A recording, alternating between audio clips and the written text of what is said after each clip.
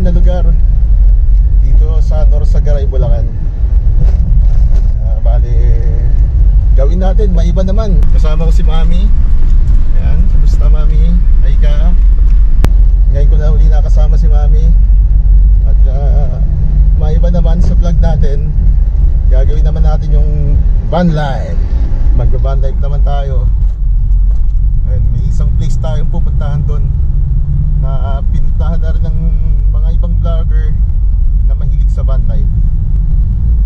Ay bali, check natin kung magkano entrance doon. Tsaka check natin yung place. Mukhang magandang lugar na pupuntahan natin doon. Mag-overnight ba tayo, Mi? Next time ang mag-overnight, check muna natin yung lugar. Kasi first time natin mag-van life. Tsaka para matesting natin kung ano bang feeling na nagba-van life sa tabi ng ilog. Ayun, ayun ang pinaka-twist doon. Sa tabi tayo ng ilog magba-van life. Nagustuhan natin. Ayun, tsaka tayo mag-upgrade kung ano man dapat nating gamitin o bilhin para maging komportable tayo sa ating pagba-van life.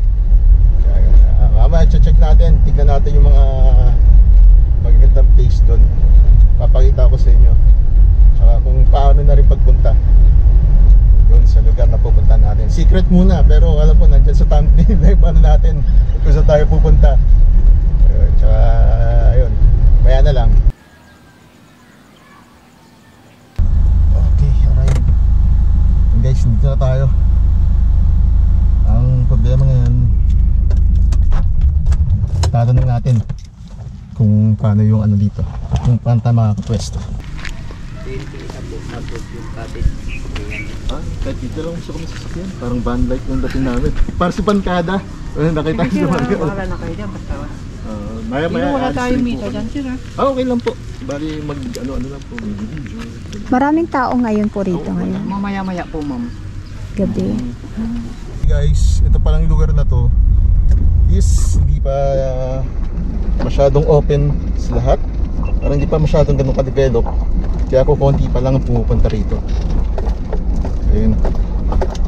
Bali si Sir Bankada pumunta na rito. Dito natin nakita itong lugar nito kasi itong Norsagaray is malapit lang sa lugar namin. Kaya nasubukan namin puntahan rito.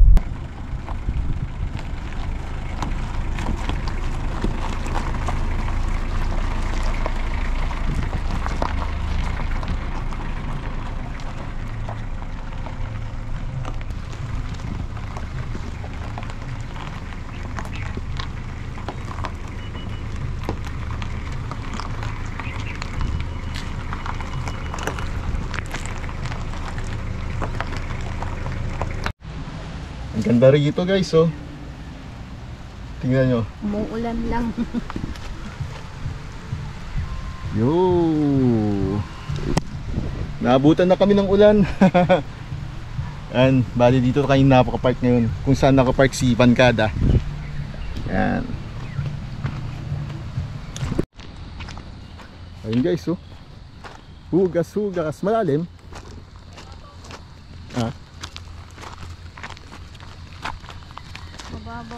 Mababaw lang. Anong ginagawa mo? Nagkasang takip kayo mo lang ba? Ayun guys. Bale panahon ngayon maulan. Kaya mahirap. Tsaka yung tubig is brown. Kaya di tayo di tayo makaligo ngayon.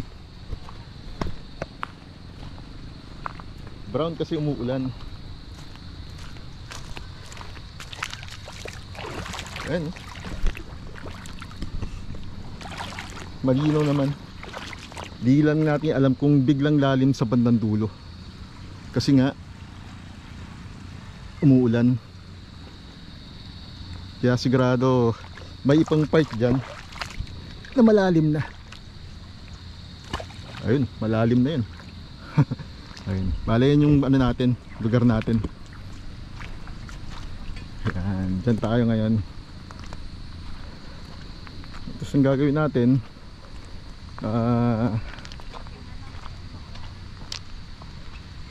merienda lang. konting kain lang. Then di rin naman tayo magtatagal dito kasi nga maulan. Una kasi balak namin dito mag overnight, kaso yun nga, chinek muna namin yung place kung safe ba, kung okay naman. May caretaker naman doon sa taas natin na yun. Ayun, bali doon tayo nagbayad. Minimal fee lang yun nandito, kaya okay.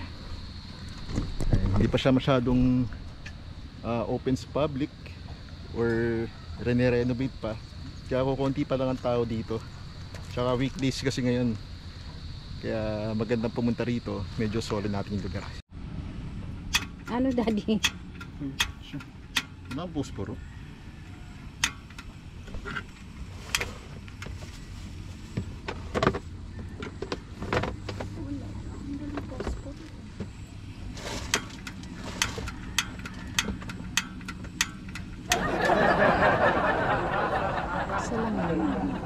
Hindi yung problema yung pag-ignite.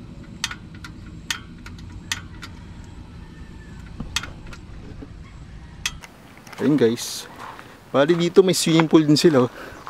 Tsaka TP houses. Oh, mababaw lang. Tapos may mga TP houses din sila. Ay, magandang bumalik dito ah.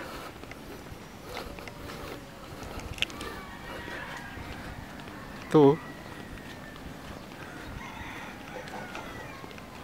next time balik tayo rito, mag-rent tayo ng TP house kasi maganda yung ambience dito. Nanghiram lang tayo ng lighter. Balik na tayo sa pinag-parkingan natin. Siguro pwede na kami magtampisaw dito. Hindi na naman umuulan, hindi na rin umaambon. Yan.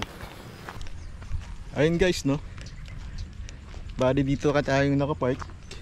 Yan, sa tabing ilog. Oh, ganda ng ilog, oh. Ayun, mamaya papalibot tayo ng drone. Medyo nalobat lang yung drone ko. Maganda sana dito mag-overnight. Try natin makapag-overnight dito, pero hindi muna sa ngayon. Kasi chinek muna natin yung location. Kung safe ba, okay bang mag-overnight dito. Tsaka dito guys, hindi advisable dito magstay kasi parang tumataas dito kapag gabi. Umaangat ang tubig dito, kaya gusto ko pa sana ibaba, pero for safety kasi kanina medyo umuulan, baka lumakas yung agos ng tubig, baka medyo tumas yung tubig dito sa sa pinapark natin, kaya doon lang tayo sa taas. Yan.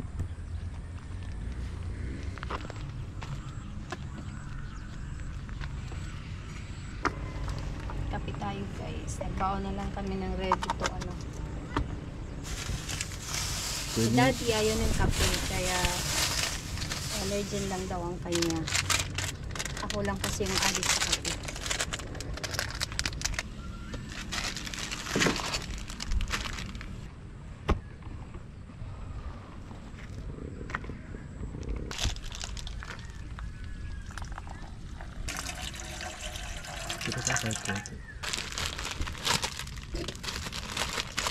Kami sa gitna ng kainitan. Kain tayo guys, donut. Kumain naman ako ng donut. Sakto na ba ito?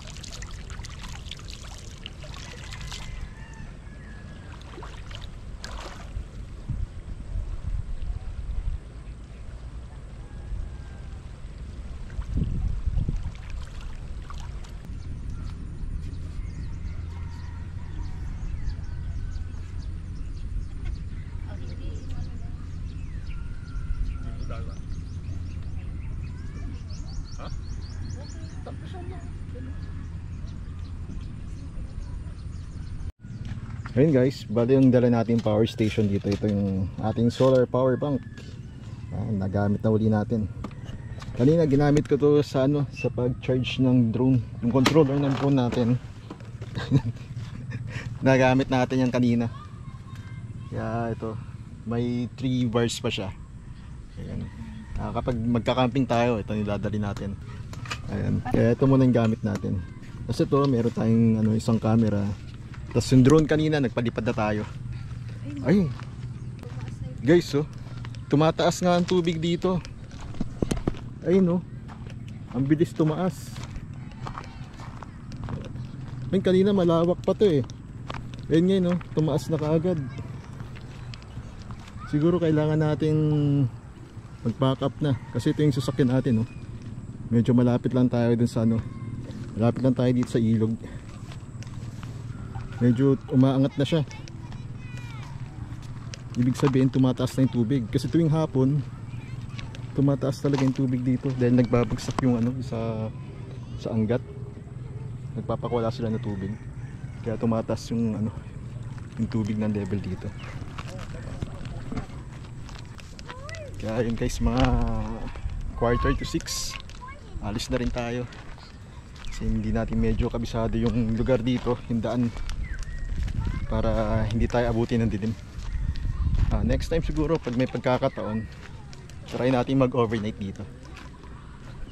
Ay, lumalalim yung tubig, hindi nga advisable na i-park natin yung sasakyan dito sa medyo baba.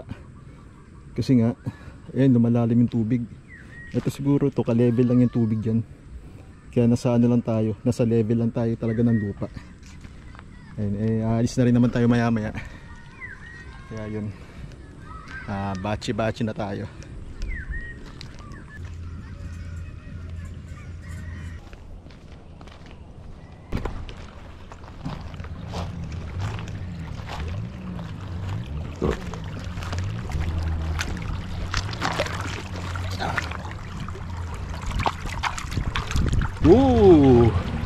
Ayun, sarap. And guys, bali ngayon na naman, nagkaroon na naman tayo ng time para makapag-unwind. Napapansin nyo, medyo malakas ang agos ng ilog dito ngayon. Kaya dito lang muna tayo sa Pangpang. Kasi banda doon sa gitna, alam ko medyo siya, medyo malalim na. Ayun. Ngayon na lang ulit tayo nakapag-vlog. At ngayon na lang ulit natin na-enjoy itong nature. And kahit paano, nakahinga-hinga tayo. Nakakita ng gantong lugar. Masarap sa paningin. Walang toxic.